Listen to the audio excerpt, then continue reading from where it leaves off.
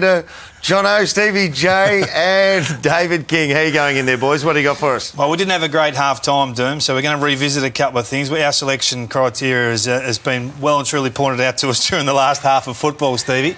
We want to talk, what do you make of the game? What do you think of the game as a totality? Well, it was pretty scrappy, Kingy, and obviously there was a lot of tackles laid, which both coaches would be happy about. But, you know, Sydney in that third quarter, the way they were working in that first half, they kept that work rate up and were able to kick a few easy goals in that third quarter, which probably set the game apart. You spoke about their midfielders wanting to get inside 50 and really challenge the St Kilda players to defend them in a one-on-one sense. Just step us through exactly what that looks like with this next bit of play coming up here. Yeah, well, I don't want to touch the screen because obviously I had a mare at half-time, Kingy, but you see Riewoldt kick the ball out here, and Sydney have got a very big defensive press there in their forward half. They're able to push the ball forward again, create a lot of pressure. Riewoldt picks up the ball again here. Now, he's under extreme pressure, and there's only one option for him. That's to try and clear the ball out and get it out of that defensive 50.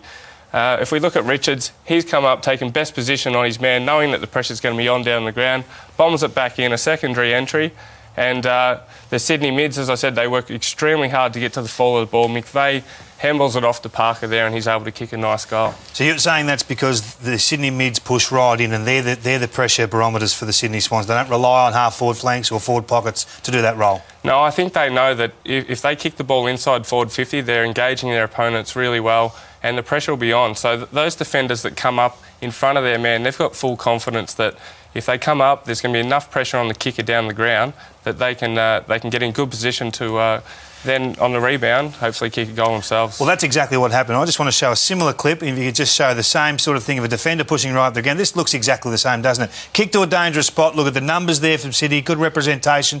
Good pressure from the mids and half-forward types. Ball flicks out. There's Riewoldt's opponent, Teddy Richards. Now, he doesn't score a lot of goals, but this is the mechanics of how they play that enables him to get this shot here at goal. Yeah, exactly right. There's plenty of numbers in there, and Richards able to get into a really dangerous spot. As I said, full confidence in the players down the field that they've put enough pressure on that he can actually get up there in the game. Well, that's Sydney's brand. We're not necessarily saying that Sydney's brand's any better than St Kilda's or whether they're right or wrong or need correcting. Yep. But St Kilda have got a different way of going about it. Their mids don't necessarily push as far in or as deep in. They set up a wall, if you like. Is that fair? I think they had a slightly different method, and we've seen Montagna a couple of times, and I think there might be some vision of it. Yep. The ball went inside their forward 50. Montagna and Hayes didn't choose to actually push forward and engage their opponents, but they sat in a reasonably defensive position.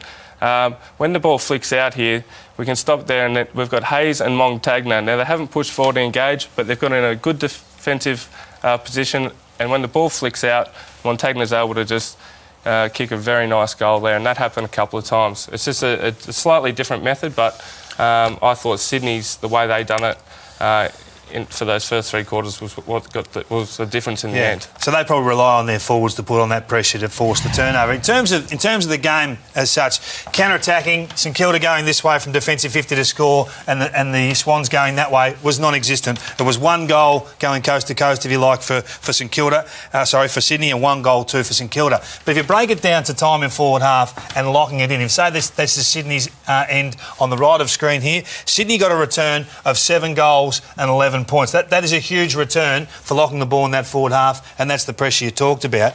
You look at the other end for the St Kilda Football Club, their forward end being this end in here, so we're basically saying their midfielders holding out and their forwards having to put on the pressure. They got a return of 6 goals and 5 points. So that in simple terms is 11 scores to 18. In a lot of ways, that's the game, and that's the battle from the coach's box, isn't it? Yeah, no doubt. You just got to play the conditions, and as you said, there wasn't too many scores from defensive 50, run and carry, nice easy goals over the top.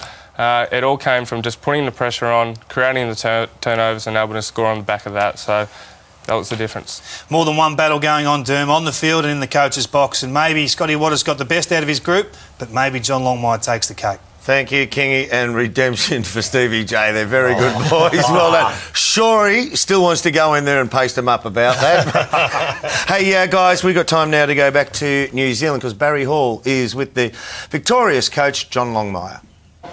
Yeah, John, well, after last week, it seemed you were pretty disappointed as a club. It must have been pretty important this week to put in a solid performance. Yeah, it was. I mean, last week, quality opposition against the Cats. They made us pay a few times. We didn't do the right thing, and they're a good team. So it was important for us to get over here. We come across Monday and really set ourselves to have a good contest against the Saints, and it was a good win, to be able to come over here and do what we did in slippery conditions. I was pleased with that. Now, with Anzac Day, did you do much as a club in terms of, did you speak to anyone in terms of soldiers or anything like that? Did you do anything special? No, we spoke to the players this morning, or this afternoon before we came to the game. Our reserves went to the service over in Australia, and our staff went this morning. The players were having a sleep in this morning, but we spoke about it and the significance of it, and we're just really proud to be a part of it today.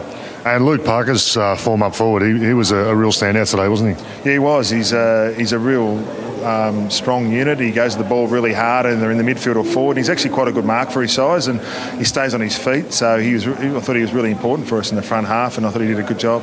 Well, thanks for joining us. Thanks, Ollie. Johnny Longmire's Swans win by 16 points. We've got time now. You ready for it, Shorey? What's that? The wash-up of today at the MCG. Your beloveds, they went down. Well, there is a little bit of aftermath to pick through, and there's a few things went wrong for the Magpies. Let's cross now to the Herald Sun, Jay Clark. How are you going?